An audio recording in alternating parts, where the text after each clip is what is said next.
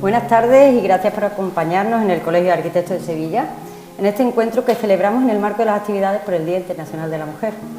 Cada año, el 8 de marzo nos invita a detenernos y a reflexionar sobre el lugar que ocupan las mujeres en nuestras profesiones, en nuestras instituciones y en nuestra sociedad, en los avances conseguidos y en el camino que aún queda por recorrer. En arquitectura se han producido avances importantes en los últimos años. Un ejemplo lo encontramos también en nuestras propias instituciones profesionales. Yo misma tengo el honor de ocupar el cargo de decana del Colegio de Arquitectos de Sevilla. Y en el ámbito andaluz contamos con Isabel Suraña o Marta Vallosera en el Consejo Superior. Hoy las escuelas de arquitectura cuentan con mayor presencia de alumnas que alumnos. Cada vez son más las arquitectas que lideran proyectos, equipos y estudios. Y existe una generación joven que está redefiniendo la profesión. Sin embargo, si miramos con honestidad nuestras propias dinámicas, surgen preguntas que podemos hacernos. ¿Quiénes ocupan los espacios de visibilidad dentro de nuestras programaciones culturales, en los jurados, publicaciones o en nuestros paneles de debate? ¿Cuántas exposiciones dedicamos a arquitectas o cuántas conferencias están impartiendo mujeres? Las instituciones también debemos hacer un ejercicio de autocrítica y revisar nuestras propias prácticas para seguir avanzando hacia una representación más equilibrada. Pero esta reflexión no interpela solo a las instituciones y no se trata solo de una cuestión numérica. También tiene que ver cómo se construye la visibilidad dentro de los estudios de arquitectura y de los equipos de trabajo. Durante mucho tiempo, por tradición o por inercia, ha sido habitual que la voz visible del estudio fuera la del compañero. Él era quien hablaba con el cliente, quien presentaba el proyecto, quien acudía a las conferencias o a la obra. Y esto ha sucedido incluso en equipos donde el trabajo era completamente compartido. Romper esas inercias también forma parte de avanzar hacia una profesión más equilibrada y más justa. Por eso es importante que las propias arquitectas ocupemos también esos espacios de visibilidad, que asumamos esa voz pública y que compartamos el relato de nuestro trabajo con naturalidad. No como una reivindicación excepcional, sino como algo normal dentro del ejercicio de la profesión.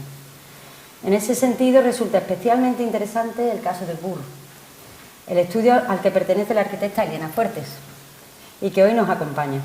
BUR funciona más como un colectivo con dinámicas de trabajo que cuestionan esas jerarquías tradicionales propias del estudio de arquitectura. Antes de dar un paso a la conferencia, quiero agradecer la presencia de Elena por aceptar la invitación del colegio y por compartir hoy con nosotros su experiencia profesional y su mirada sobre la arquitectura. Estamos deseando escucharte y compartir contigo. También a nuestra colegiada María Navarro, de Paradigma Estudio y presidenta de nuestra asociación de jóvenes, agrupación de jóvenes arquitectos, que será quien presente el encuentro. Esperamos que este encuentro resulte inspirador y que contribuya a seguir abriendo espacios de reflexión y de visibilidad para las arquitectas dentro de nuestra profesión y de nuestras instituciones. Muchísimas gracias.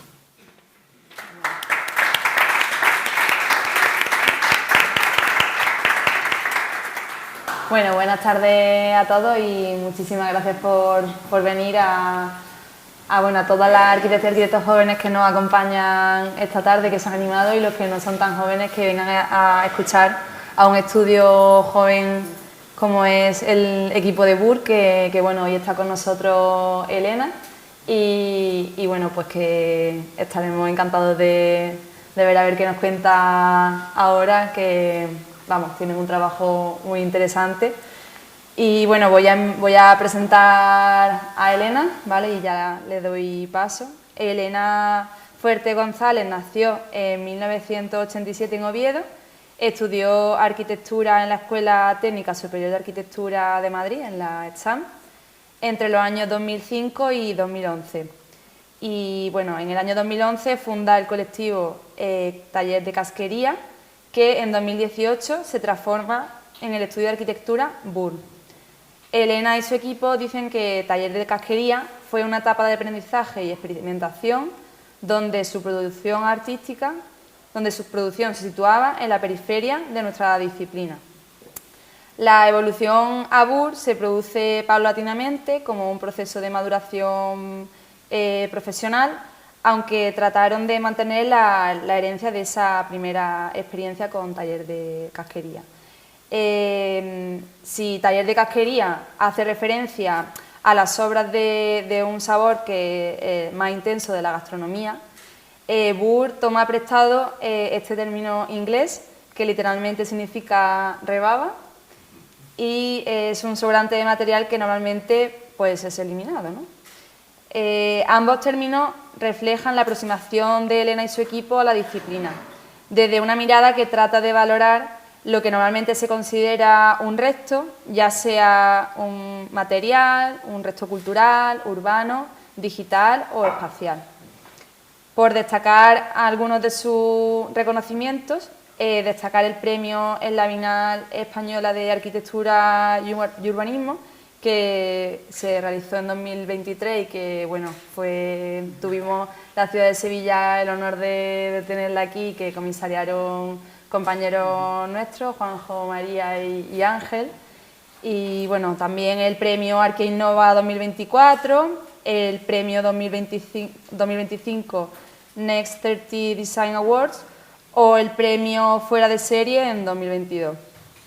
Además han sido también finalistas en los premios de la Casa de la Arquitectura, en los premios FAD y en los premios Frame. Y bueno, además de todo esto, Elena intenta llevar en paralelo una labor de investigación. Por citar recientemente algunas de esas labores de investigación que está realizando, pues ha sido ponente en congresos como Shift Architecture in Times of Radical Change en Chicago del pasado año, Constructing Activist Practice en Nueva York en 2024, Rigs Art Science Festival en Riga en 2019 o Radical Networks en Berlín en 2018.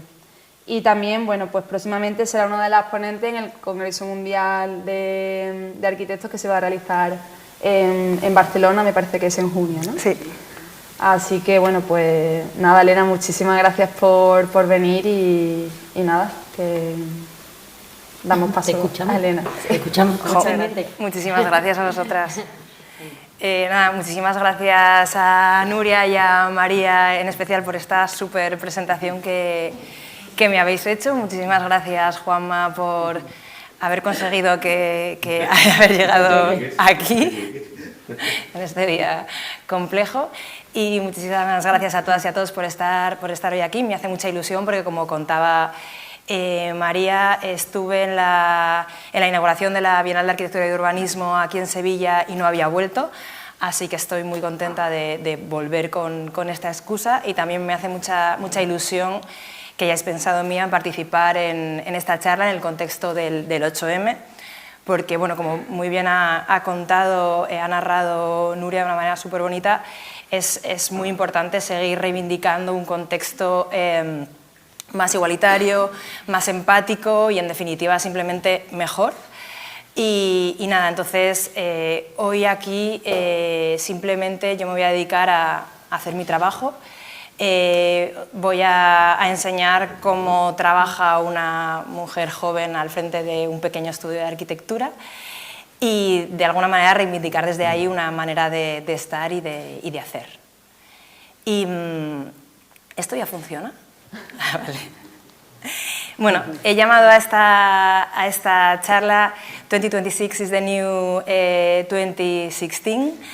No sé si habéis visto como en estos primeros meses del año ha habido como una tendencia en redes como Instagram, Twitter o TikTok de gente compartiendo como imágenes del 2016, ¿no? Como una especie de nostalgia extraña que no tiene ningún tipo de sentido, porque realmente 2016 fue un año bastante anodino, pero realmente lo que hay detrás un poco es que las personas que comparten esta tendencia y que han creado esta tendencia son personas que ahora mismo están al final de los 30, principios de los 40, y que comparten como su cara o sus logros de aquel momento, reivindicando que era el momento como su momento prime, ¿no? Su momento que estaban más guapas y guapos o que habían conseguido como sus posibles mejores logros, ¿no?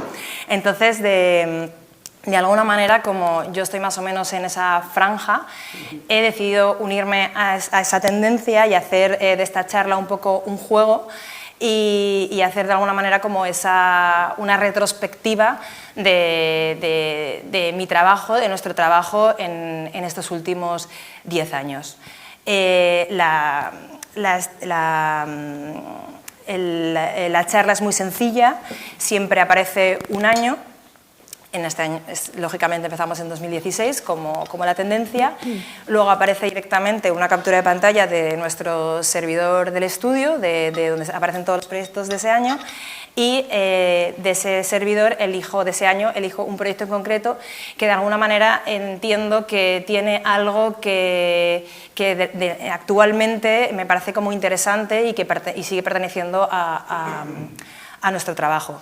Lógicamente hay muchos proyectos que se van a quedar fuera muy interesantes, porque hay años que coinciden que hay proyectos que me encantaría contar y hay años que hay un poco más de desierto y hay que pescar alguno, ¿no? He intentado ser lo más fiel a esta especie de juego y para ver un poco como ese marco o esa mirada un poco de la década. Entonces voy a empezar con el primer proyecto, que es 2016. Lamentablemente y menos mal, lo acabamos de terminar este año. Eso también cuenta mucho de nuestra profesión y de los tiempos y de lo complicado que es todo. Se trata de un pequeño edificio residencial de obra nueva situado en la zona norte de Madrid, en una parcela muy pequeña. En ese momento, en 2016, no tenía especial valor, llevaba unos cuantos años vacío y nosotros nos encontrábamos en un momento de poco trabajo y nos dedicamos a buscar espacios que pudiera interesarles a posibles inversores o posibles personas interesadas en desarrollar algo. Entonces tuvimos la suerte de encontrar a una persona que le conseguimos convencer para desarrollar aquí un pequeño edificio de viviendas.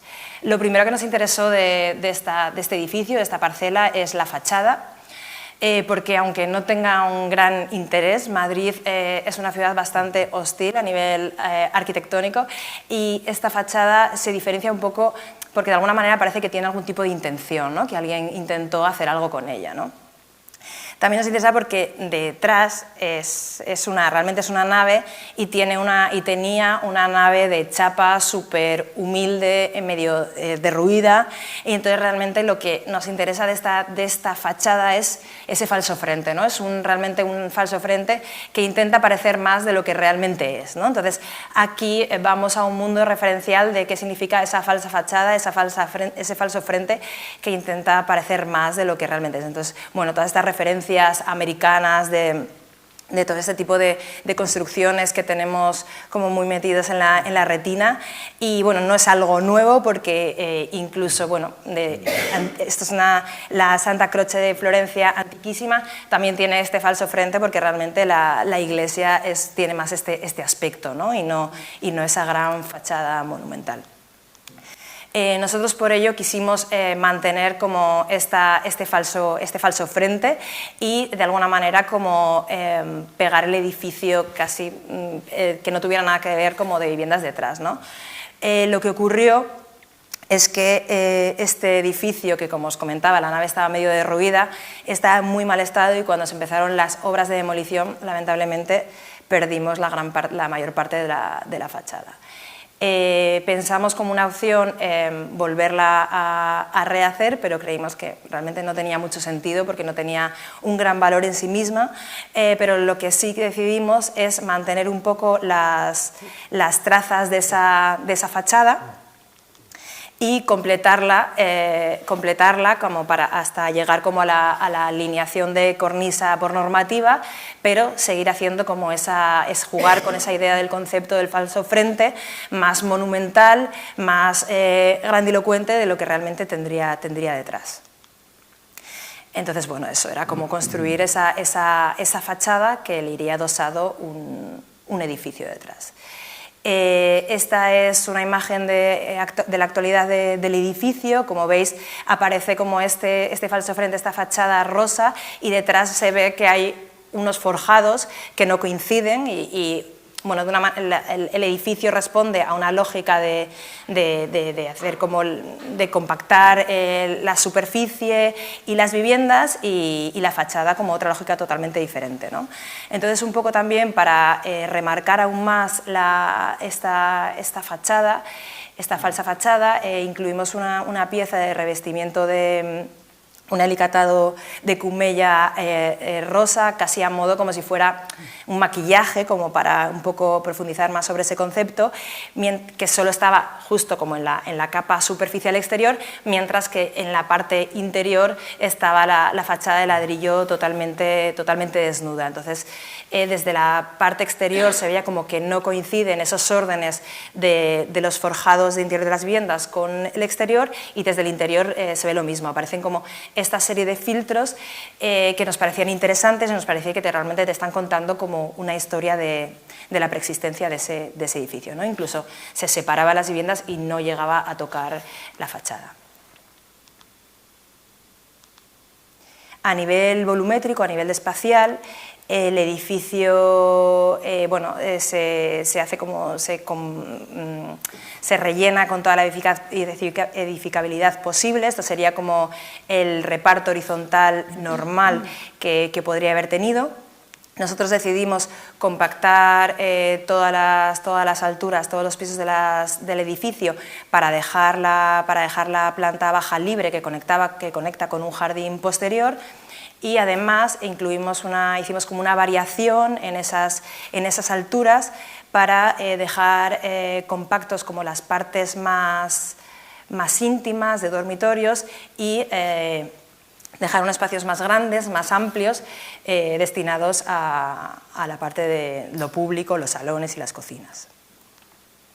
Esta es una sección tipo donde se puede ver como es todo este juego de entreplantas que hace como esos dormitorios más íntimos, más pequeñitos, que dan a la parte trasera del jardín, y esos espacios más amplios que dan a la parte de la calle, ¿no? Además utilizamos este prefabricado in situ de bóveda o nervado, que de alguna manera tenía como una reminiscencia de aquel pasado industrial de la parcela. Incluso en la parte, en el ático, que debido como, al espesor del forjado, nos permitimos hacer como una gran bóveda como elemento de coronación. Para unir estas entreplantas aparece una serie de enlaces, de escaleras, que de alguna manera parece que es como un tercer edificio, porque es como que accedes desde los espacios grandes a la parte trasera, como si fuera dentro de cada vivienda como un mini edificio, que te lleva como a esta escala más pequeñita. La planta baja, como os contaba antes, la dejamos totalmente libre, con acceso directo al jardín. También todo este núcleo de comunicaciones se reviste de esta pieza de alicatado rosa, y este es un detalle de la fachada trasera, que en contraposición de la fachada, de esta falsa fachada, de esta fachada frontal, no tiene absolutamente nada que ver, sino que es una fachada totalmente normativa y sincera, que refleja todos los huecos, están como en el centro de cada habitación, los de los extremos son de habitaciones y el del centro es de la escalera comunitaria, e incluso en algunas zonas, como en la parte de abajo, el propio forjado asoma a la fachada y se ve, ¿no?, como esta fachada está casi como dijéramos sin tratar, ¿no? Tenemos estas contraventanas rosas que se metían en los muros para un tema de oscurecimiento también. 2017, este es un año un poco para nosotros de punto y aparte, en una parte que llevábamos trabajando bastante, que era concursar. Como muchos estudios jóvenes que están aquí y no tan jóvenes, concursar como siendo arquitecta es como muy importante para hacer un cambio de escala, para conseguir otras cosas, y nosotros este año llevábamos haciendo un montón de concursos sin que llegaran realmente a nada. En 2017, hacía 2 años que habíamos ganado un Europan, que se suponía que teníamos la esperanza, porque eso nos había contado la generación previa, que un Europan te cambia la vida. Ya a nuestra generación a nadie le cambió la vida porque ninguno se hizo, pero nosotros un poco 2 años después de haberlo ganado seguíamos con el empeño de convencer a la administración, un ayuntamiento alemán, de conseguir hacer algo, ¿no? Entonces, un poco en ese acto desesperado, de alguna manera, hicimos como un vídeo para resumir y para contar un poco lo que proponíamos.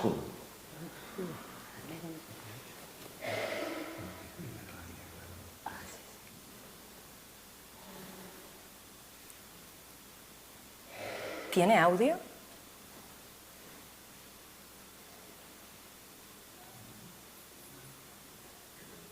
Bueno, tiene subtítulos.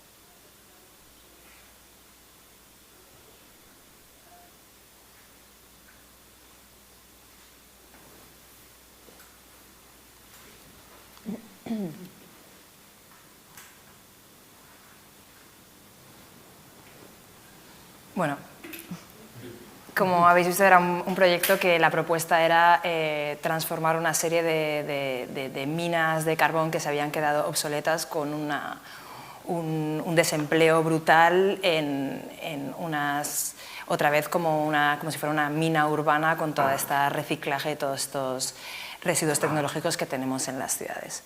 Bueno, como ya os contaba, no fue a ningún sitio y de alguna manera fue como, como una decepción en relación a todo este mundo de los concursos.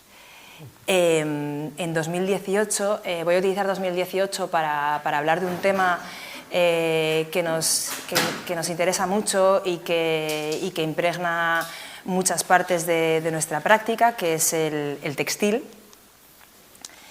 El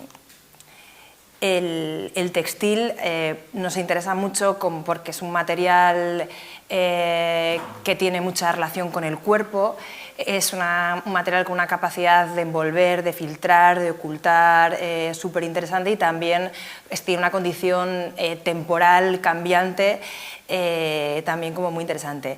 Pero también nos interesa mucho pensar en la historia latente de este material, ¿no? Como cualquier otra técnica o cualquier material, tiene una genealogía propia, una historia latente, y el textil como material de construcción de espacios tiene una historia muy antigua, desde los espacios de construcción de recintos y de arquitectura de sociedades nómadas, o las campañas militares, o también como primer material cuando todavía no existía el vidrio como material aislante, o material de control solar. Es en este momento cuando este material, que solo se podía permitir las clases altas, se empieza a ornamentar.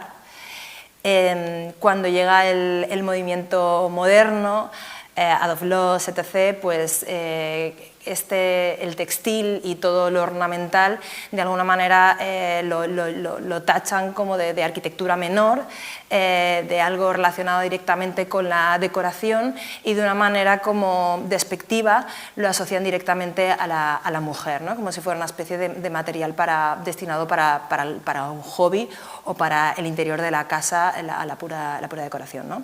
Entonces, de alguna manera, usar este material en arquitectura, construyendo arquitectura, creo que de alguna manera es una manera de reivindicar toda la historia latente de este material, ¿no? Y ponerlo como en valor de la misma manera o al mismo nivel que si fuera como el hormigón o como el ladrillo, ¿no? Entonces, nosotros hemos utilizado este material muchas veces en diferentes proyectos, de una escala igual más pequeña, como en la residencia artísticas de Matadero, o hace creo que justo un año en el Horst, en el Festival de Música Electrónica, Arte y Arquitectura de Bruselas, o en el mercado del Bernabéu que acabamos de terminar en Madrid.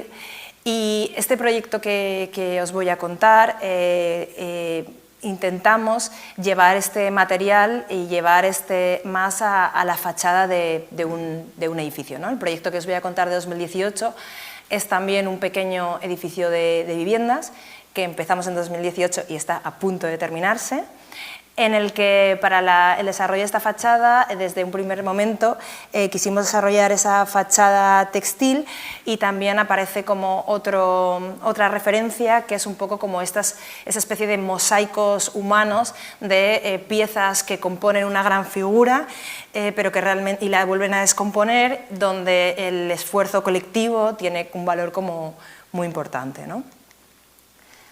Entonces, la propuesta para este edificio, para la fachada de este edificio de obra nueva, era la construcción de una retícula que pudiera soportar esta gran cortina textil, para que pareciera como una gran cortina. Realmente no es una gran cortina, sino que funciona como un mosaico y se compone de varios trozos que cada habitante desde su vivienda la puede mover y formando este gran como gesto colectivo que genera como una identidad para los habitantes del edificio y también para la propia de cara a la ciudad, ¿no?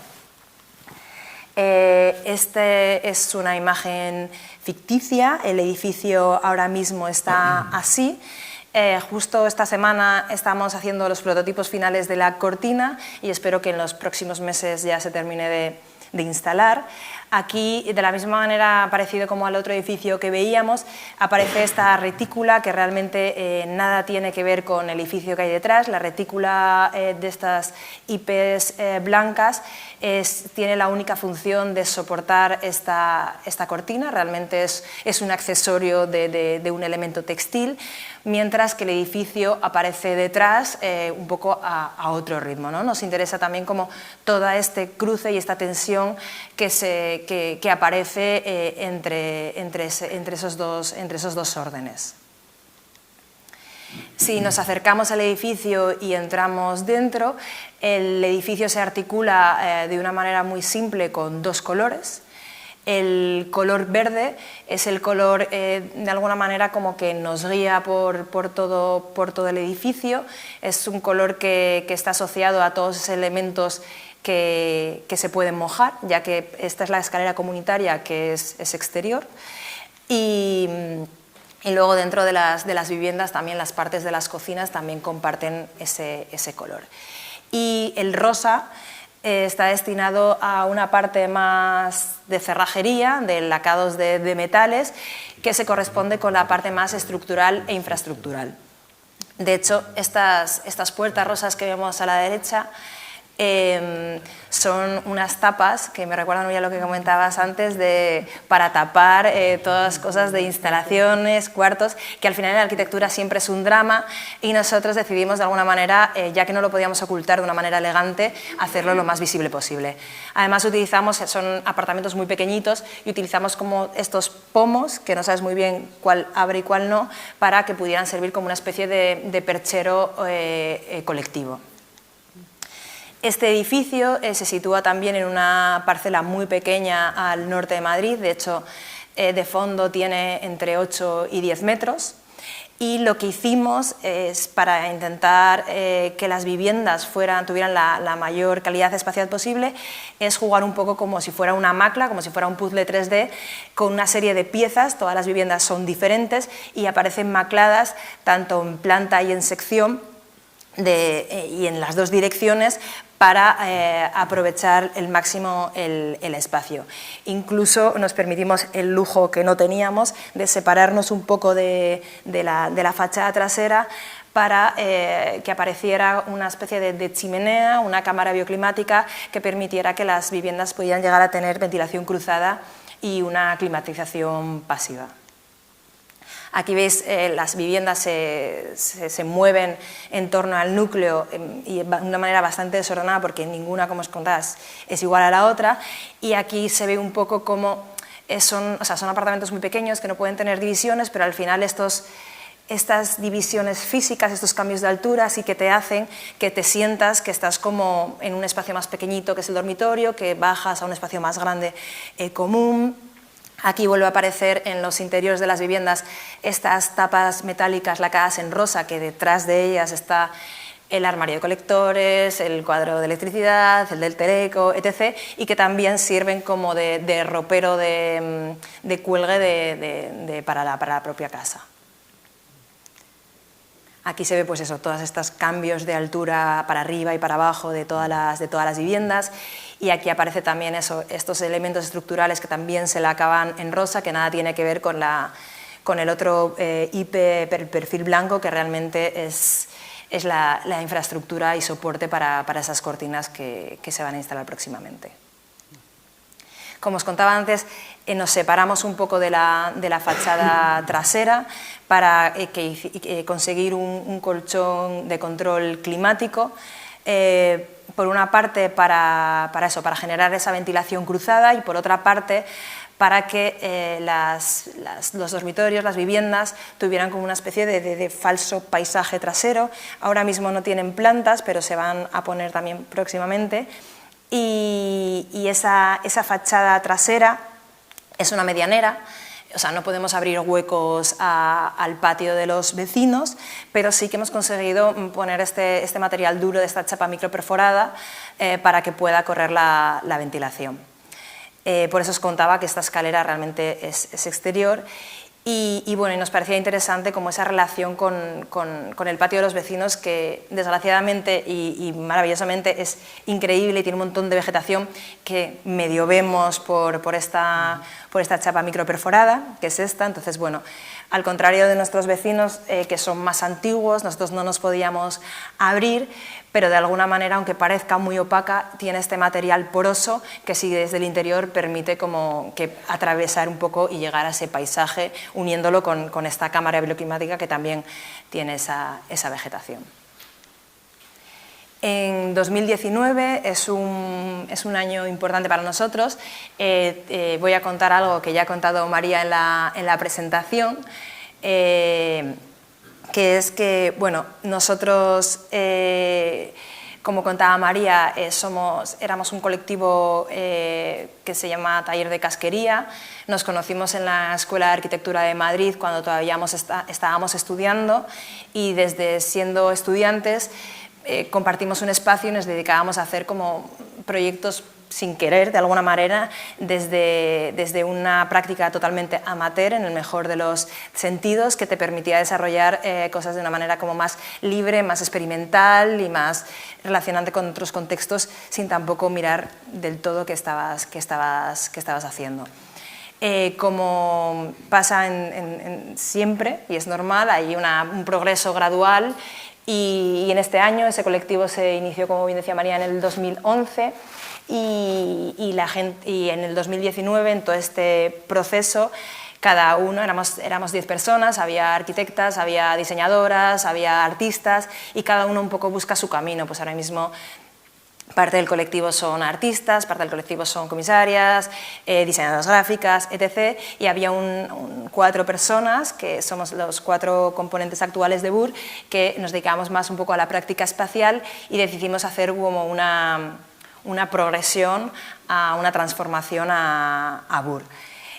BUR, bueno, como contaba María, lo voy a comentar como ya va a pasar rápido, pues eso significa literalmente rebaba, y es ese resto material que aparece cuando se hace un proceso técnico, como una soldadura, un corte de madera, que aparece como estas cositas que pinchan y que para que el producto esté perfecto como que lo liman y lo hacen que desaparecer, pero a nosotros de alguna manera nos parecía como interesante ese residuo, esa irregularidad, porque de alguna manera te está contando qué ha pasado ahí, ¿no? Te está contando más cosas, ¿no?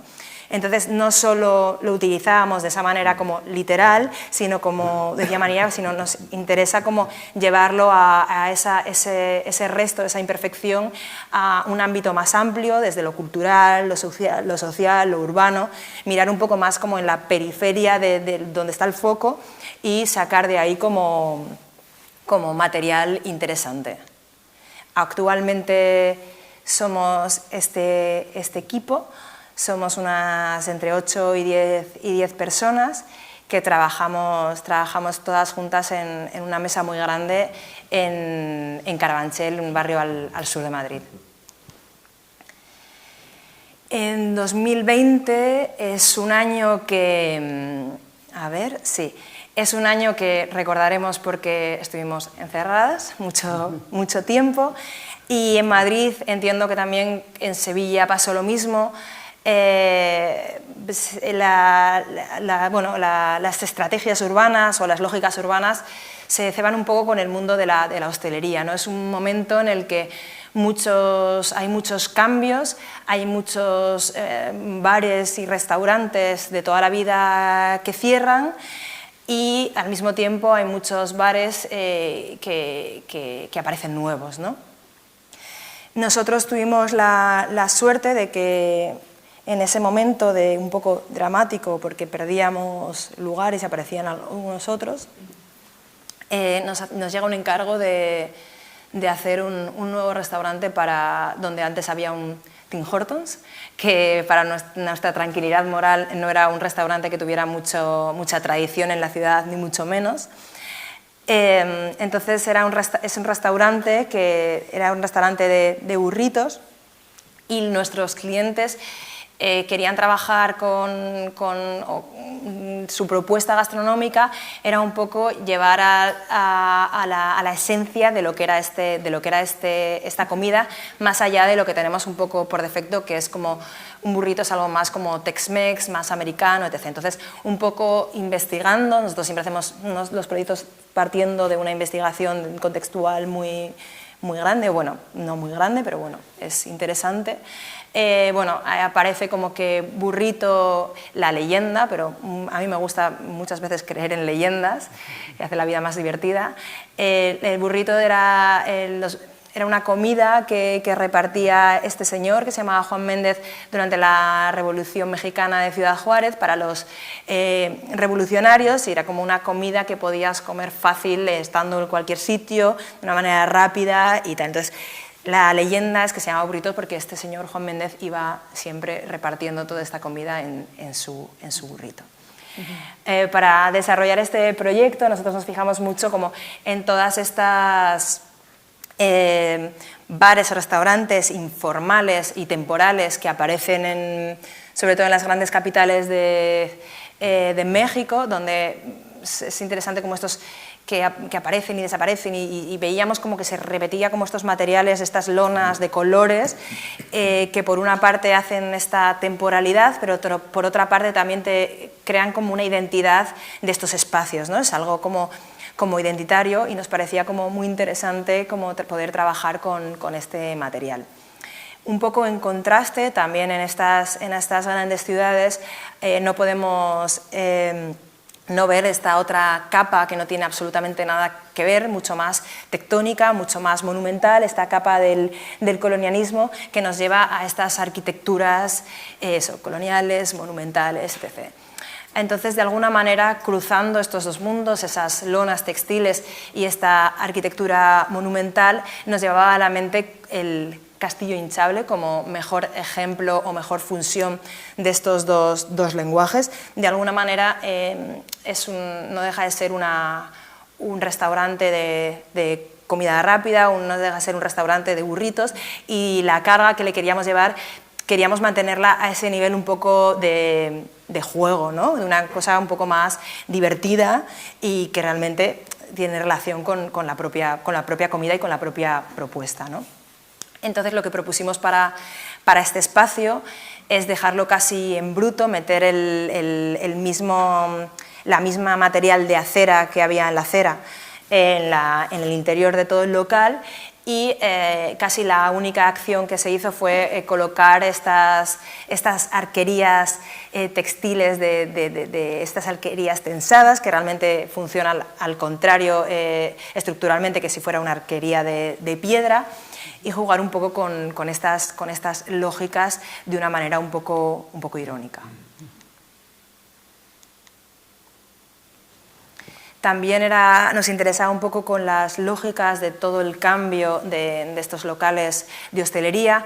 Como comentaba antes, el textil es un material que te permite cambiarte casi como si fuera la ropa, ¿no? Entonces queríamos pensar este restaurante que realmente pudiera como cambiar y que se pudiera reinterpretar y que pudiera en el tiempo tener en función del momento como diferentes trajes.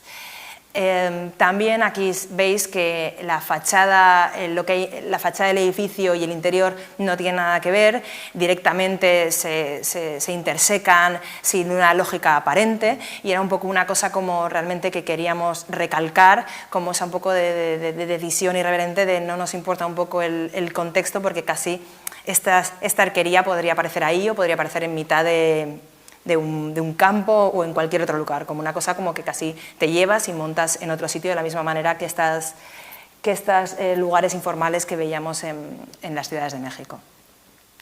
Luego de la parte más de hostelería como de técnica no tocamos mucho, simplemente pusimos el centro en esta parte que era importante en relación a los comales de la comida mexicana, y y ya está. Este proyecto tuvo alguna secuela, hicimos otro par de locales y la idea era un poco llevar el mismo concepto de una manera diferente. En este caso era un bar que casi no tocamos y simplemente le metimos esta otra capa que le daba como una identidad propia y ese aspecto más irónico o juego o ligero que te generaba este ambiente.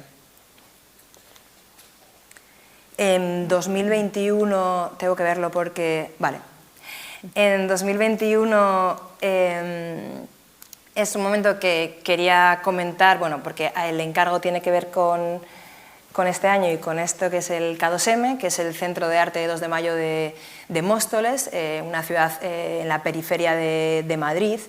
El K2M para una generación, para mi generación de arquitectas, artistas, diseñadoras, ha sido muy influyente porque, bueno, ha tenido las grandes exposiciones que yo recuerdo que más me han impactado, Jeremy Deller, Elements of Vogue, Pop-Up Politics, que de alguna manera marcaron a una generación y puede ser que por ser un museo como en la periferia, que no está tan en el foco, se pueda permitir como de una manera más libre hacer otras cosas, ¿no? Si no habéis estado, la próxima vez que vayáis por Madrid os la recomiendo, ahora mismo tienen un par de exposiciones increíbles y es un sitio como súper de referencia.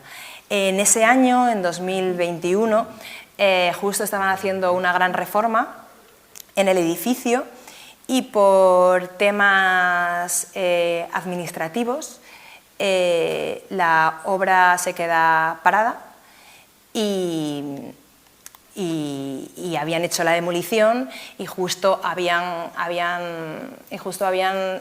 a inaugurar en las próximas semanas la exposición más importante, que era Dialecto, que era como una muestra por primera vez de toda la colección permanente del K2M. Bueno, esta es una imagen de una performance que hicimos siendo taller de casquería, que fue nuestro primer encuentro con este centro. Y bueno, el encargo que nos hicieron era que iban a inaugurar la exposición, era una reforma más como superficial, demolían como algunas cosas y otras no. Entonces, una cosa importante del museo que habían demolido y no podían no tener para la inauguración era la recepción, ¿no? Entonces, a nosotros nos encargan una recepción de urgencia temporal. Nosotros empezamos a trabajar con esta idea de la mesa, ya que el K2M tiene como una cultura de acoger a muchas nuevas artistas, de reunir, de cuidar. Entonces empezamos a trabajar con esta idea de la mesa, de la sobremesa, de este lugar en torno al que te reúnes con tus amigas, y también un poco la idea de la mesa camilla, esa mesa como en la que te refugias, que es hogar en sí mismo, que todos tenemos muy metidos en nuestra cabeza como algo familiar, algo de recogimiento, y que no es solo una cosa de nuestro país, sino que también se extiende a muchas otras culturas. Esta cosa del textil que cubre cosas también nos parecía una cosa muy interesante, como esta cosa de la temporalidad, de va a pasar algo, de qué hay debajo de esa tela, un poco esta cosa de la espera de qué va a pasar, ¿no? De esta cosa cuando destapan un edificio, una obra de arte, una escultura en una rotonda. Y también esto nos habla de eso, de cuáles son los cuerpos o cuáles son esos esqueletos que están debajo de esos otros textiles, ¿no? Entonces nos parecía como muy interesante trabajar un poco con esas dos capas, con ese esqueleto y esa piel. Entonces nosotros lo que propusimos era una estructura que cumplía las necesidades básicas que necesitaban, que era un mostrador, una mesa de trabajo y una estantería, ¿no? Que se unía por unas piezas estructurales verdes que permitían de alguna manera generar una deformación para la capa que iba a venir, que era una gran textil que se posaba encima y generaba un poco esta imagen, esta criatura que hacía un poco, bueno, otra vez como reflexionar al visitante de la idea esta un poco infantil y no tan infantil de qué habrá debajo, ¿no? esa expectación. Esta es una de las recepciones que hicimos, porque la idea de esta pieza era que este vestido, porque lo ideábamos que un vestido pudiera cambiarse, y llegamos a hacer 3 vestidos. Este era el vestido de invierno, que fue cuando se inauguró la exposición, y en el cambio de exposiciones, que fue en verano, hicimos un vestido de verano para, bueno, con este otro tipo de lógicas y detalles relacionados con lo textil, que también nos parece como muy importante, pues eso, es un detalle constructivo, ¿no? Te pertenece a otro material, a otra lógica, pero es interesante trabajar con él de una manera más arquitectónica. 2022 es un año importante para nosotros y, bueno, importante un poco para todo el mundo. Nosotros como arquitectos nos empezamos a dar cuenta que había mucha gente, nosotros mismos, ya después de la pandemia hemos vivido muchos días, muchos meses encerradas en nuestra casa, y de alguna manera la gente se empieza a plantear el espacio en el que vive, ¿no? Entonces, por lo menos a nosotros nos tocó que empezamos a ver que había muchas personas con necesidad de plantearse en qué espacio vivía y plantearse si ese espacio realmente condicionaba su vida o era su vida que quería condicionar el espacio, ¿no? En plan, ¿quién manda, yo o el espacio que me rodea, ¿no? Entonces, en este año empieza Elements for Industrial Recovery. Bueno, no empieza en este año, pero lo utilizo un poco porque está como en mitad, que es un proyecto marco cuyo propósito es proteger el patrimonio industrial de la ciudad de Madrid a través de fórmulas de uso y ocupación que permitan proteger espacios que están destinados un poco a la desaparición, ¿no? Con uno de estos proyectos, porque esto es un proyecto marco eso que engloba muchos proyectos, es con el que estuvimos en la Bienal en el que fue premiado en la Bienal de Arquitectura y Urbanismo. Muchos de nuestros clientes, para bien o para mal, nos llaman pidiéndonos que les encontremos un espacio, ¿no? Normalmente, a veces sí, pero muchas de las veces no nos llegan con un espacio y quiero que me hagas mi galería o quiero que me hagas más y tal, sino cada vez más nos ocurre que nos llaman para tengo este proyecto de vida y quiero un lugar en el que pueda tener cabida, ¿no? Como esto, darle la vuelta a quién manda, si el espacio o yo, ¿no? Entonces, una parte muy importante que nos dimos cuenta es de la búsqueda del espacio.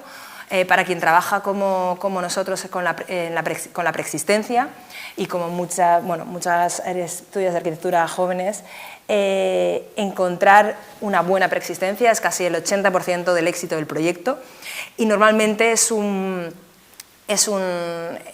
trabajo que se delega a los agentes inmobiliarios, que de alguna manera el único parámetro es el beneficio económico, que está muy bien, pero creo que no debería ser el único. Entonces nosotros de alguna manera hacemos como de ese agente inmobiliario en pro de encontrar la mejor preexistencia para nuestros clientes, ¿no? Cuando empezamos a recibir como estas llamadas de estos proyectos, de estas personas que no encontraban, no se sentían cómodas en el espacio en el que vivían, empezamos a buscar qué otros espacios en la ciudad estaban disponibles y nos empezamos a encontrar con estos espacios industriales. Son naves industriales situadas en barrios del sur de Madrid que llevaban cerrados como unos 30 años, ¿no? La ciudad de Madrid, igual que otras muchas grandes capitales y ciudades europeas, sobre todo en los años 70-80, en Madrid un poco más tarde, 80-90, la actividad industrial que estaba dentro de las ciudades se va a la periferia, a lo que conocemos hoy en día como polígonos industriales, por una parte porque la ciudad se expande y el precio de estos espacios aumenta mucho el valor, y por otra parte por un tema de protección ambiental que no permite que se desarrollen estas actividades dentro de la ciudad. Entonces lo que ocurre es que son estas naves que vemos dentro de de estas manzanas cerradas se quedaron vacías, ¿no? Son estas naves que os contaba que están dentro de estas manzanas. Un aspecto muy importante para estos espacios es la normativa urbanística, muy restrictiva, que permite edificar un edificio residencial hasta los 12 metros, quedándose siempre esas naves fuera.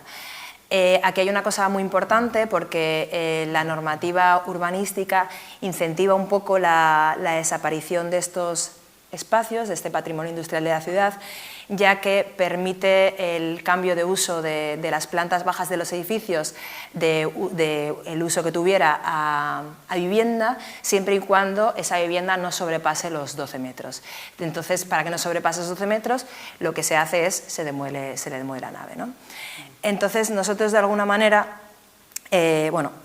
estamos en contra de la demolición siempre que se pueda, en contra de la tabula rasa en la que nos educaron, y entonces nuestro propósito con esta estrategia de este proyecto realmente es conseguir fórmulas, herramientas urbanísticas y arquitectónicas que permitan conservar estos espacios. Y llegado a este punto, la única herramienta que hemos conseguido para poder mantenerlos y poder que sigan existiendo es usarlos, es encontrarles una actividad que pueda mantenerlos vivos y reactivarlos y que se vuelvan a ser como parte de la ciudad. Estos espacios industriales no son espacios de gran calidad arquitectónica, como podríamos ver si encontramos estos espacios en Berlín o en Reino Unido, o incluso seguramente en Sevilla está mucho mejor, o en Barcelona, por supuesto, pero creemos que merece la pena mantenerlos, ya que nos cuentan una historia de urbanística, una historia productiva de la ciudad, ¿no? Entonces, como os comentaba, nuestra estrategia es intentar dar con esas herramientas urbanísticas y arquitectónicas que permitan volver a utilizar esos espacios.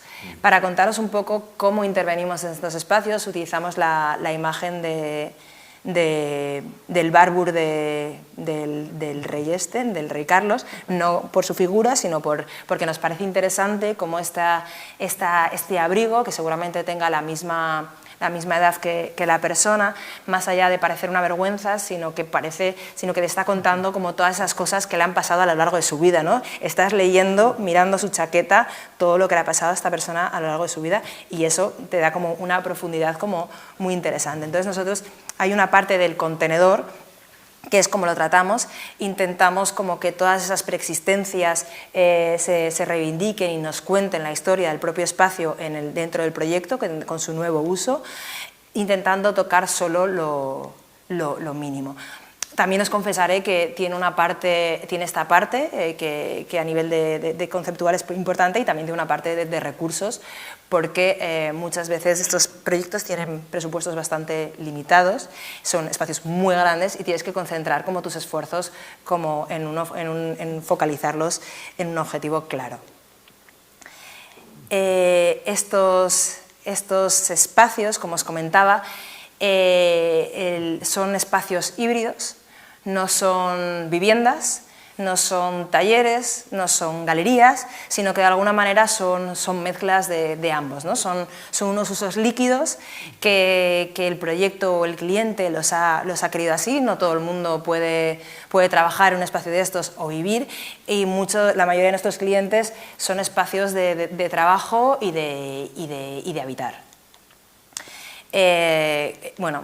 Algunos son como pues, el espacio de, esta es una artista, Joana, que también tiene una parte donde vive y otra parte donde trabaja. Este es el espacio de un escritor y de su hija que es cocinera y cocina ahí.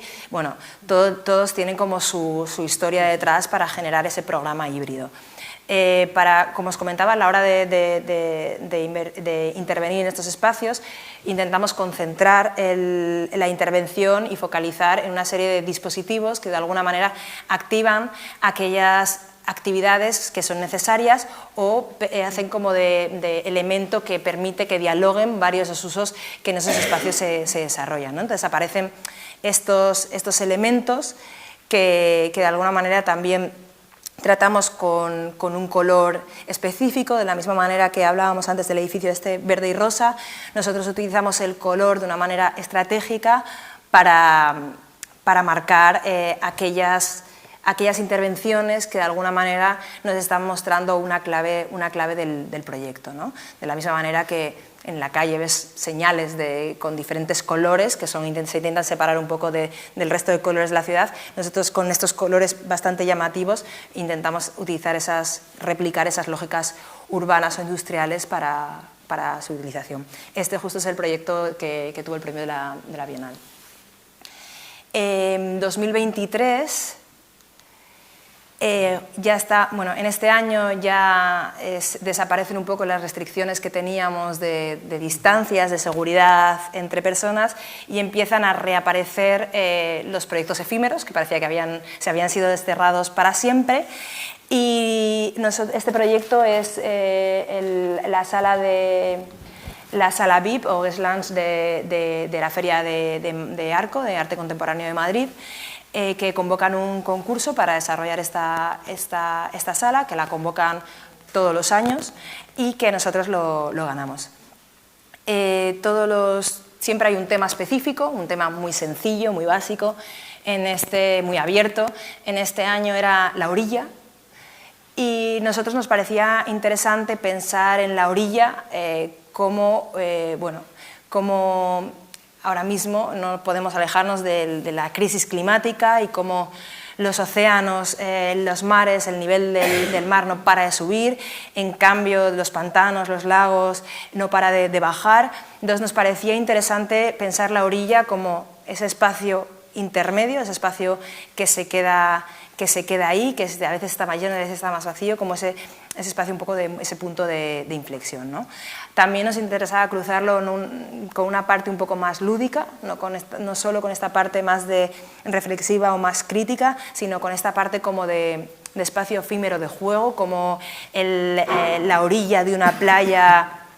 Es un espacio que aparece y desaparece todo el rato, en el que no está del todo recto, que no está del todo duro, sino que entonces que te hace como desarrollar como a nivel experiencial y a nivel sensorial como un juego, ¿no? Y bueno, entonces la propuesta era súper sencilla. Lo que hicimos fue inclinar el suelo de esta sala. Esa fue la acción principal.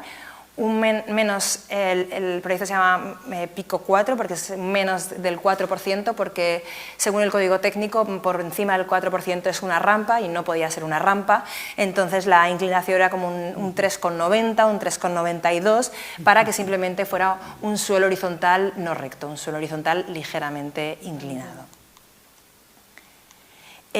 También nos parece como muy interesante la relación de ese suelo inclinado con el cuerpo, ¿no? Es una cosa que se ha trabajado mucho, cómo el cuerpo se relaciona cuando pierdes el centro de gravedad, como que te hace conectar contigo mismo, que se ha desarrollado, se ha utilizado en muchos proyectos, y también como que tiene esta parte de la magia, ¿no? Del truco, en plan, ¿cómo es esto, ¿no? Entonces nos parecía como interesante también meterle como esta parte que no sabes muy bien qué está pasando, ¿no?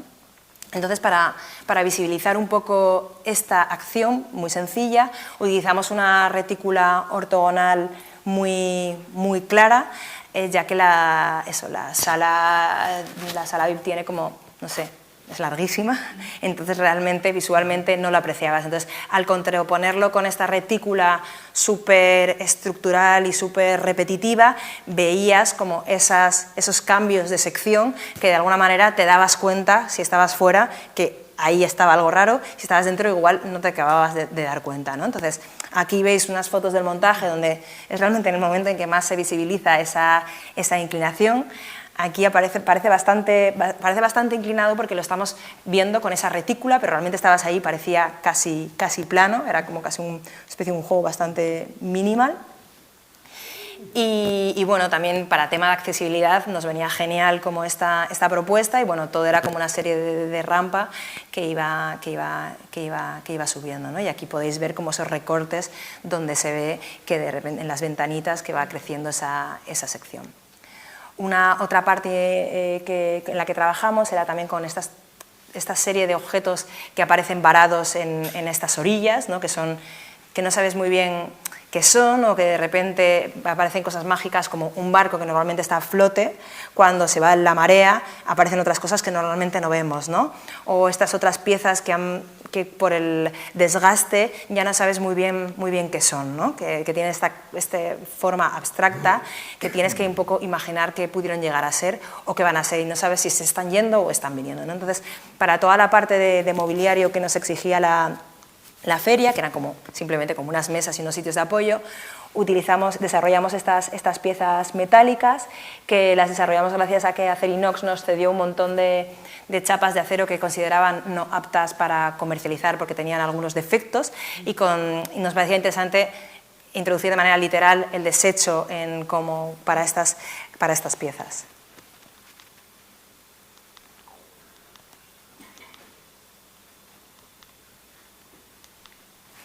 En 2024, aunque antes haya dicho que estábamos súper defraudados de los concursos, aquí seguimos concursando, y tuvimos la suerte de ganar el concurso del Pabellón de España para la Feria Internacional del Libro de Guadalajara en México.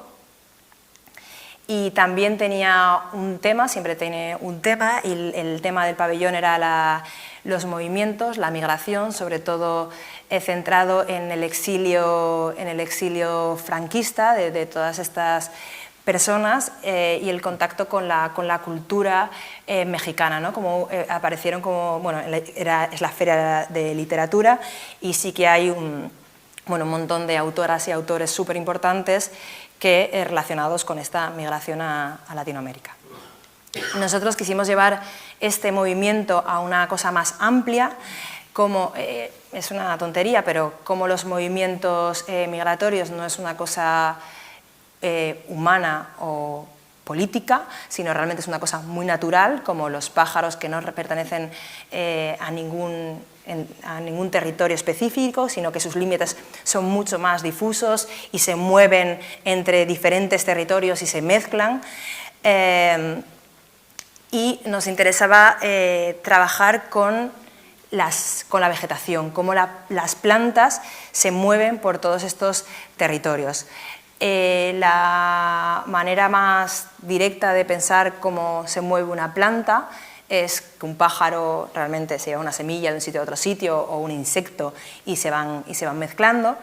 Pero realmente el ser humano es el animal, el vehículo que más mueve estas especies vegetales. Aquí estamos viendo el genoma del trigo, que es el ser vivo de todo el planeta que más cadenas genéticas tiene, debido a todos estos movimientos por los humanos. No podíamos no entender y no mirar a toda la época del colonialismo, cómo empiezan a hacer toda esta catalogación vegetal y esta taxonomía de todas estas especies, cómo aparecen los primeros invernaderos para realmente mantener o crear estas especies vegetales de otros sitios en otros sitios que no le corresponden, cómo actualmente todas estas plantas consideradas de interior realmente no es que sean una planta interior, sino que es una planta de otro sitio dentro de tu casa, ¿no? Que en otro sitio seguramente sea exterior, ¿no?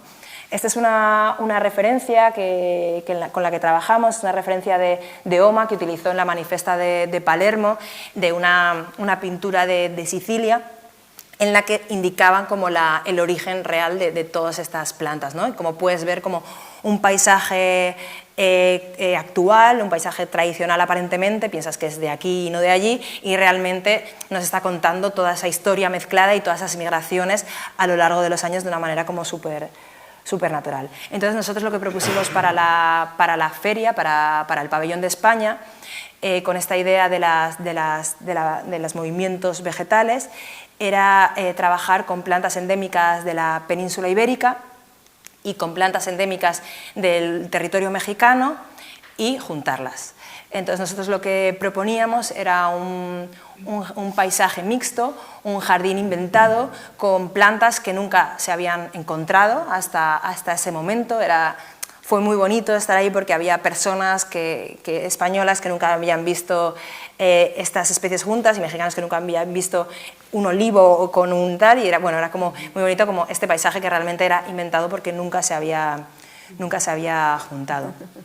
El proyecto lo llamamos Plantasia, en honor a este compositor de música electrónica de los 60, Mark Gibson, que él hizo un disco en los años 60 que se llamaba Plantasia, que era un disco para plantas. De hecho, te lo regalaban en la tienda de Mother Earth de San Francisco. Si te comprabas una planta, te regalaban el disco de alguna manera como si fuera un sustrato o una cosa como para el beneficio de tus plantas. Os recomiendo poneros el disco porque es súper placentero. A vuestras plantas estarán contentísimas y vosotras también. Y bueno, entonces al final desarrollamos todo este proyecto de este jardín inventado. Para generar este espacio, que el pabellón de España al final no deja de ser otra cosa que el pabellón del país de honor invitado, que en este caso ese año era España, es como si fuera la recepción gigante, que es donde es una feria con un flujo bestial, como pasan miles de personas al día, tiene una afluencia más de 1 millón de personas y es como la entrada donde llega todo el mundo y también el sitio de estar, ¿no? Entonces, nosotros de alguna manera decidimos hacer como una especie de asiento continuo que realmente era la contención de todos estos parterres, de todo este paisaje que habíamos desarrollado, ¿no? Que servía para esta contención, para descanso y para asiento, ¿no? Entonces, bueno, estos son toda esta especie de tubo blandito amarillo, era el que contenía todo este gran paisaje y el que servía para descanso y para asiento de todas las personas que pasaban por allí y querían descansar. La pieza principal del pabellón siempre es la librería. Hay una librería principal dentro de la Feria del Libro, que es la librería principal. Y quisimos que tuviera como mucha presencia, no solo de cara hacia adentro, que era donde estaba la librería donde podías ojear y comprar, sino también de cara a exterior, que tuviera esa presencia. Por eso aparecen como estos huecos. También nos interesaba como casi el jardín como interseca, de una manera como muy abrupta, no como que se deja llevar, sino como que aparece con otra lógica totalmente distinta. Y bueno, y aquí podéis ver algunas imágenes de cómo se utilizó ese espacio, donde bueno, al final era un lugar de descanso. 2025, ya estamos terminando. El proyecto que os voy a contar es un proyecto muy sencillito, muy pequeñito. Nos encargan la reforma de un antiguo secadero de jamones que se va a convertir en una galería de arte. Realmente no sabíamos que era un secadero de jamones, los de la galería que se compraron en el local tampoco, porque había sido un restaurante, previamente una tienda, antes era, no sé, 1000 cosas, pero investigando, a nosotros nos gusta mucho ir, como en Madrid se llama el Archivo de la Villa, investigar todos los antecedentes de qué ha sido ese espacio y qué le ha pasado. En un antecedente súper antiguo vimos que había sido un secadero de jamones, entonces ya entendimos como todos esos ganchitos que aparecían del techo, incluso había una especie de tobogán que no entendíamos, que permanecía, que era como para tirar, es un local de 2 plantas, para tirar de la planta de arriba a la planta de abajo los jamones y que los colgaran en la planta baja en el secadero. Entonces empezamos el proyecto como trabajando con esta cosa del cuelgue, un poco todo lo que puedes hacer. Entonces nos pareció interesante, siendo ahora una galería de arte, que al final no deja de ser un espacio para colgar obras de arte, no todas se cuelgan, pero en gran parte sí, y trabajar un poco con este sistema ya existente, ¿no? También en contra de el cubo blanco de la galería, que siempre es como que tiene que ser lo más neutro y demás, mantener esos pequeños ganchitos que se restauraron y se mantuvieron y se añadieron alguno que se había perdido, nos parecía como un poco un guiño, en plan, que no es solo como un cubo blanco súper neutral, sino que había ahí una historia, una herencia que era visible, ¿no? Entonces, bueno, jugamos mucho con esta parte del cuelgue. Un elemento importante era una escalera. Tuvimos que hacer una escalera nueva porque la anterior no cumplía normativa, y aprovechamos la caída donde estaba el tobogán, el hueco donde estaba el tobogán de la caída de los jamones, para desarrollar esa escalera que también se cuelga de ese muro y no toca el suelo, y es un poco como casi hace un girito y parece, un poco recuerda a ese tobogán. Aquí veis en la planta, esta es una planta muy rara porque está en el centro de Madrid y hay como sitios abovedados, un poco así como muy, muy curioso, y aquí veis como todos los puntitos negros son como todos los ganchos de los jamones. Aquí veis esa escalera que no toca y que se apoya en el muro y se descuelga también, un poco ampliando ese gesto. Como gesto final, o como gancho final, decidimos poner un último gancho, que era un polipasto industrial, para poder, era una galería de arte, para que pudieran bajar y subir obras de arte a la parte de abajo, que realmente es el espacio más grande expositivo. La barandilla de la escalera tiene un truquito y se abre, por eso cuando habéis visto los detalles como que parece que se apoyan, porque realmente se abre para meter y sacar como las diferentes piezas. 2026, ya terminamos. Llevamos pocos meses, así que siendo fiel a la estructura de la presentación no os puedo enseñar gran cosa. Hemos iniciado los proyectos, pero no tengo imágenes para mostraros. He terminado, pero sí que hemos hecho una exposición con el diseñador catalán Curro Claret, no sé si conocéis su trabajo.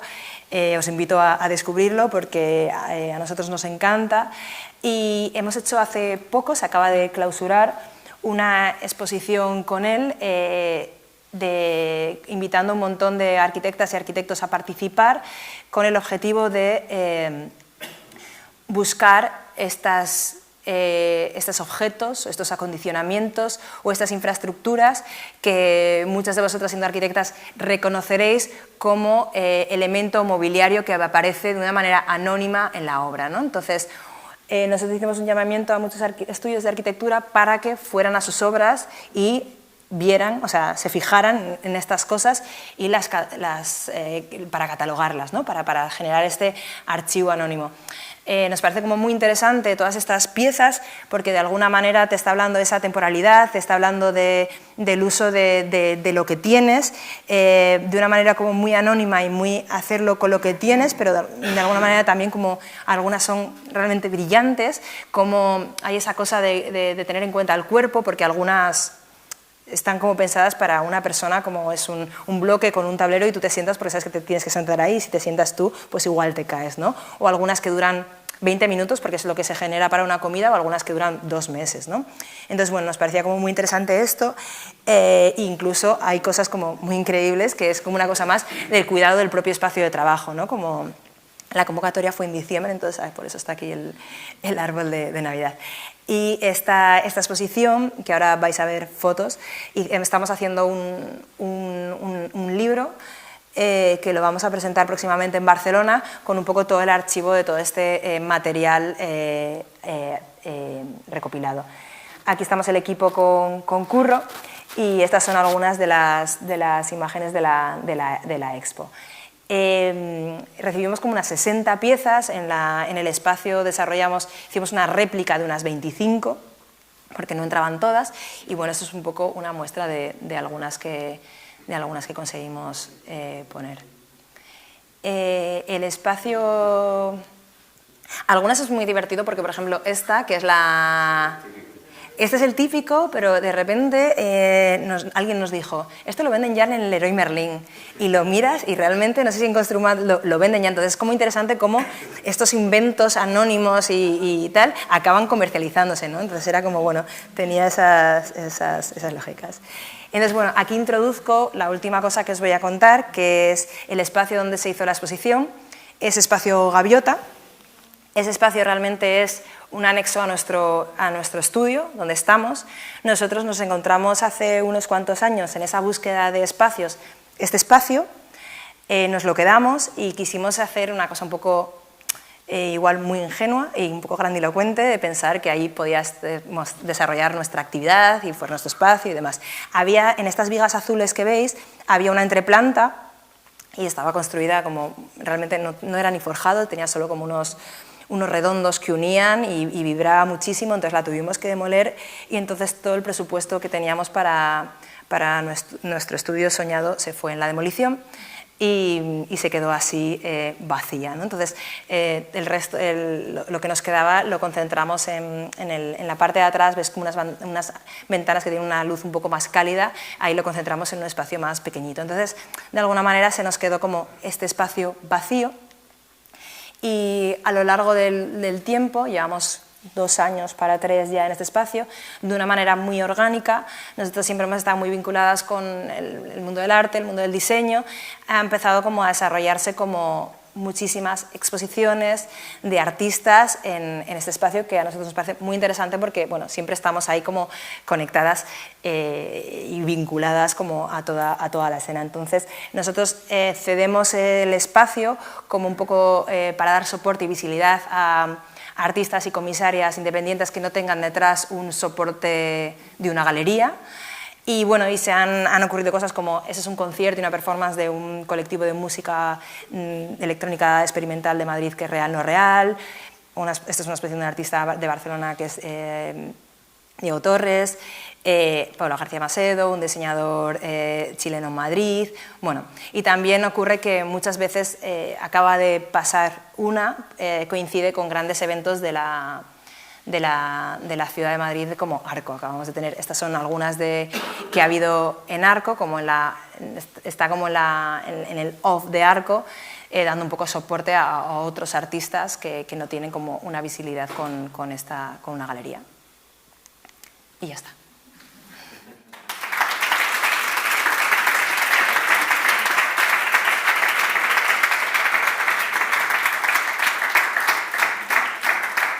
Gracias.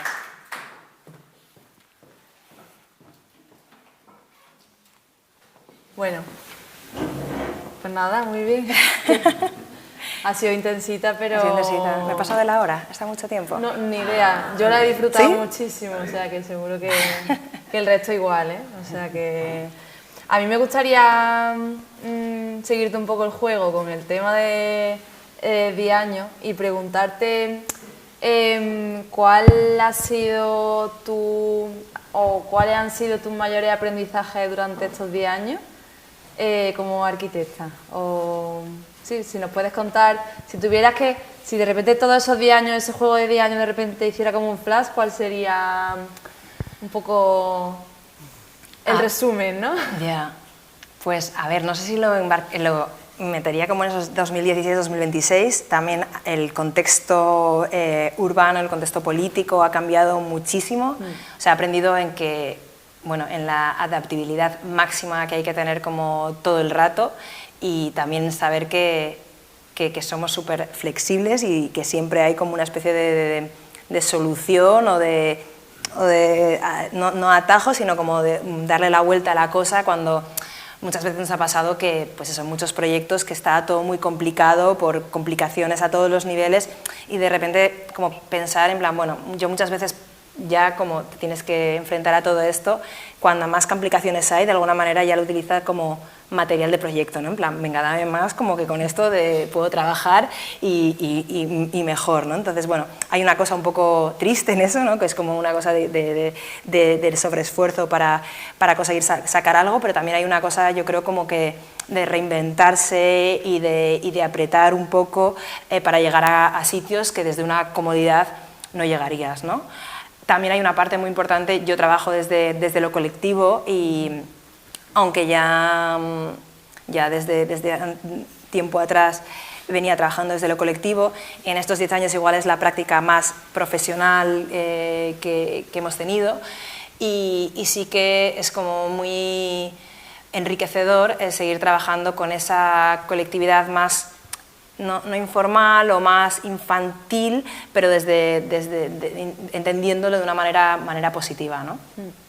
Sí, no, desde luego todos los proyectos que has traído hoy están muy relacionados, o sea, realmente no se ciñen al ámbito de la arquitectura como tal, ¿no? Sino que siempre tiene como un tira y afloja con la disciplina del arte, ¿no? Y la cultura, que yo creo que eso es muy enriquecedor para que un proyecto no sea solamente un edificio construido, un edificio de vivienda y punto, ¿no? Sino que tenga una componente sólida, ¿no? Y que artística y que vaya también como acompañando al proyecto. Sí, eso como comentábamos antes, como siempre un poco nos hemos ido relacionando con el mundo del arte y de la cultura y el diseño y siempre nos ha ido acompañando y luego también tiene que ver con una cosa con el discurso, ¿no? Cómo cuentas un proyecto, cómo narras un proyecto.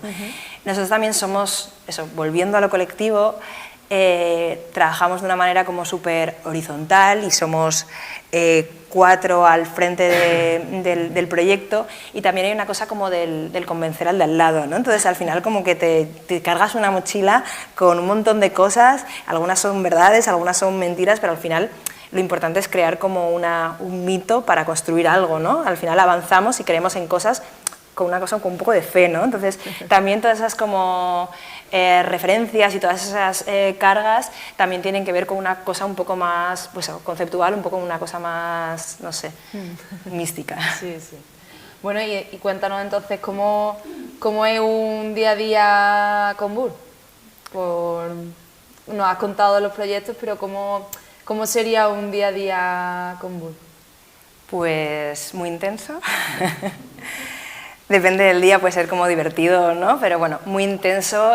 Como veis, tenemos como muchos tipos de proyectos y como sabéis todas y todos, la arquitectura es un campo muy lento, muy pesado, físicamente pesado y muy complicado. Entonces nosotros siempre intentamos como cruzarlo con otras cosas que nos den un poco de alivio, como estas cosas de más efímeras o estas cosas más que se acercan al mobiliario, de alguna manera para tener esas diferentes dimensiones en relación a la arquitectura que te permita, pues eso, estar desarrollando un proyecto de ejecución de una cosa como muy complicada y tal, y a la vez poder estar desarrollando como una capa un poco más, mucho más liviana. Entonces, bueno, todas esas capas mezcladas están en ese día a día, entonces es muy intenso, pero bueno, es interesante. O sea, no tenéis como una estructura, sino que vais un poco sobre la marcha. Bueno, no, a ver, sí tenemos una estructura, pero bueno, o sea, sí tenemos una estructura y al final eso, nos hemos ido profesionalizando mucho con todos estos años y, o sea, el día a día más a nivel como de estudio, si es un poco como lo que preguntas, nosotros tenemos como muchas obras al mismo tiempo y tenemos muchos proyectos al mismo tiempo. Siempre tenemos como, no hay especialidades, por decirlo de alguna manera, no hay como el que hace más como los proyectos de ejecución o hace más la parte arty, sino que todos hacemos un poco todo. Entonces cada miembro del equipo es como directora o director de un proyecto y siempre tiene como a otra persona al lado que es como si fuera el apoyo moral, consejera y tal. Y de todas maneras, cada cierto tiempo, al inicio de los proyectos a nivel conceptual los lanzamos juntas y luego cada cierto tiempo se van revisando. Pero luego sí que al día a día, menos cuando nos juntamos para estas reuniones, es un poco de no nos vamos viendo. Claro.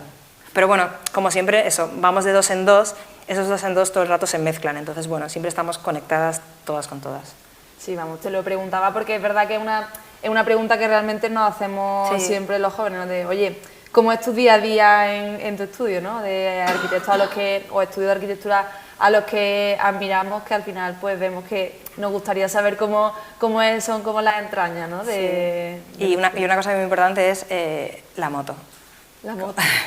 Tener una moto que te permite como moverte más rápido de la normalidad. Sí, no. Yo creo que cuando tenemos 4 motos, somos eso, los 4 cabetas y sí, no sería imposible. Sí, partimos con un grupo de moteros. Bueno, si queréis preguntar algo a Elena, es el momento.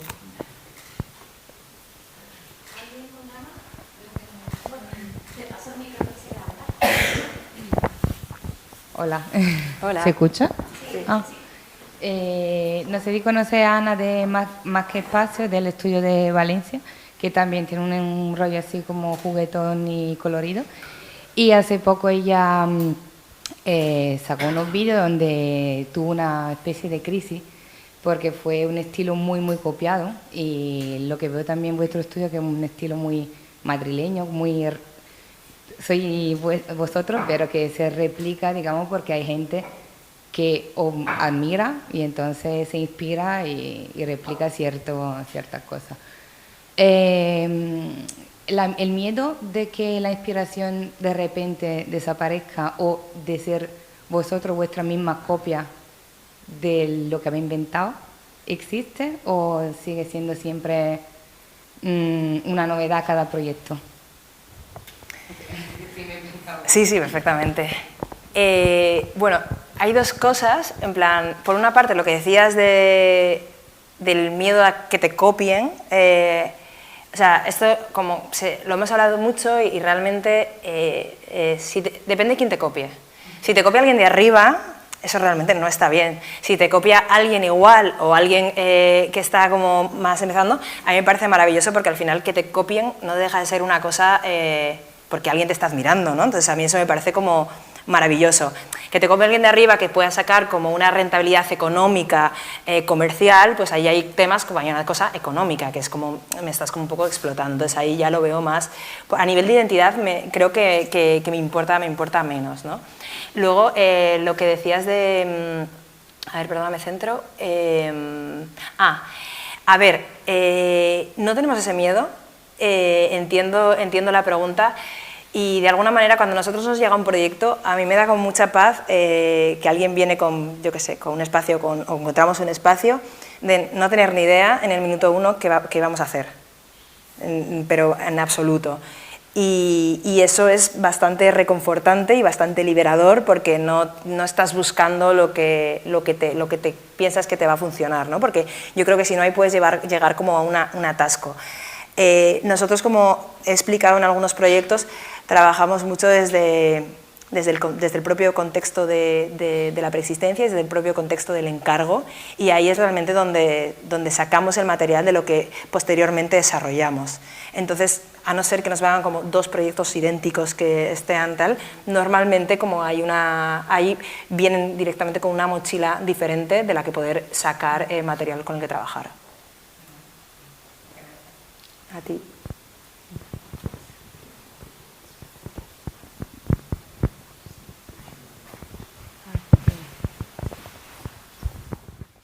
Hola. Bueno, en primer lugar, muchísimas gracias por la conferencia, que ha sido súper interesante y súper enriquecedora y muy inspiradora también. Mi pregunta va un poco en la línea de lo que estábamos comentando, porque es muy interesante cómo, a pesar de que cada proyecto es diferente en muchos sentidos, existe un hilo conductor detrás de todos que hace ver que es vuestro, que sigue la línea de lo que vosotros hacéis, y que de todo este tema que has comentado de la rebaba, de que sigue mucho esa línea conceptual. Y a mí la pregunta que me surge es si es una cosa que se ha ido construyendo desde el primer momento que nació Burr, por así decirlo, o es algo que se ha ido construyendo a medida que ha ido sucediendo ese proyecto tras proyecto y es algo que se ha ido afianzando y que realmente es el resultado de toda esta secuencia de proyectos que habéis ido contando.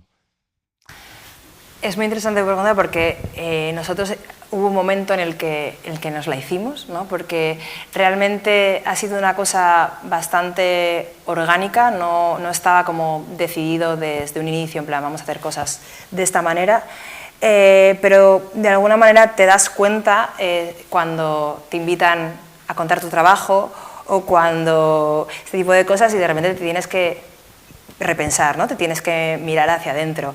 Yo me acuerdo que nos hicieron una entrevista hace un mogollón de años para una revista y una periodista buenísima y nos escribió un artículo donde realmente nos estaba definiendo, nos estaba mirando de una manera que nosotros no nos habíamos visto, pero que nos veíamos reflejados, ¿no? Entonces, ahí es cuando aprendimos, en plan, oye, pues igual, esto es lo que estamos haciendo y esto es lo que hacemos y esta es la manera de contarlo, ¿no? Entonces, ha habido una cosa que hemos ido construyendo y después, un poco con los años, te vas sintiendo un poco, te vas afianzando en ello, te vas sintiendo como más segura de lo que estás haciendo y la manera y ves que funciona y entonces, de alguna manera, como la estrategia de trabajo, como dices tú, vale, realmente eso, la intentas fijar, ¿no? Intentas entender qué estás haciendo, de qué manera estás pensando y si eso funciona, pues intentar esa estrategia volverla a poner en funcionamiento. Sí que fue una cosa como muy natural, pero de alguna manera como que nos vimos, pero nos tuvimos que ver desde fuera, o sea que muchas veces yo creo que no te das cuenta de tu propia metodología, de tu propia manera de trabajo, de tu propia producción, hasta que no das un paso para atrás y te miras o alguien te mira de fuera, ¿no? Nada, yo por concluir, nada, agradecerte, Elena, que nos haya mostrado vuestro trabajo tan divertido y fresquito hoy en Sevilla y nada, que sigáis haciendo proyectos tan interesantes y sobre todo tan motivadores para los jóvenes, ¿no? Porque, bueno, al final las generaciones jóvenes vamos mirando a los que nos van un pasito por delante nuestro, ¿no? Y ver que se pueden conseguir hacer cosas súper interesantes y súper enriquecedoras y bueno, que tengan tal calidad arquitectónica, pues nos hace motivarnos, ¿no? a los que vamos por detrás. Así que nada, muchísimas gracias. Muchísimas gracias. Y nada, muchas gracias a todos por venir. Muchas gracias.